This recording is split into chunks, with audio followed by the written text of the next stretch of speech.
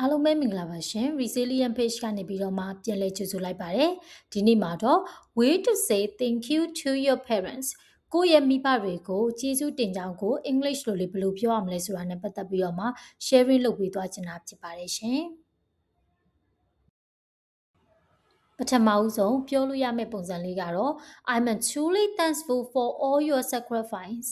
ဆိုဒီလိုမျိုးပေးဆက်အနစ်နာခံပြီးတဲ့အတွက်ကျေးဇူးတင်ပါတယ် I'm truly thankful for all your sacrifice ပေးဆက်အနစ်နာခံပြီးတဲ့အတွက်ကျေးဇူးတင်ပါတယ်နောက်ထပ်ပြောလို့ရမယ့်ပုံစံလေးကတော့ I couldn't have done this without you အဖေအမေတို့မပါပဲဘယ်အရာကိုမှလုပ်နိုင်ခဲ့မှာမဟုတ်ပါဘူး I couldn't have done without you အဖေအမေတို့မပါပဲဘယ်အရာမှလုပ်နိုင်ခဲ့မှာမဟုတ်ပါဘူး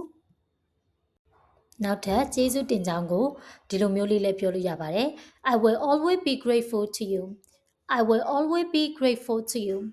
I will always be grateful to you အဖေအမေတို့ကိုအမြဲတမ်းကျေးဇူးတင်နေပါတယ်အဖေအမေတို့ကိုအမြဲတမ်းကျေးဇူးတင်နေပါတယ် I will always be grateful to you နောက်ဆုံးအနေနဲ့ Thank you for shaping who I am today အခုအခြေအနေဒီရအောင်ပြုစုပြောင်းထောင်ပေးခဲ့တဲ့အတွက်ကျေးဇူးတင်ပါတယ် Thank you for shaping who I am today ယခုအခြေအနေဒီရအောင်ပြုစုပြောင်းထောင်ပေးခဲ့တဲ့အတွက်ကျေးဇူးတင်ပါတယ်ဒီလိုမျိုးလေးလည်းပြောလို့ရပါတယ်ရှင်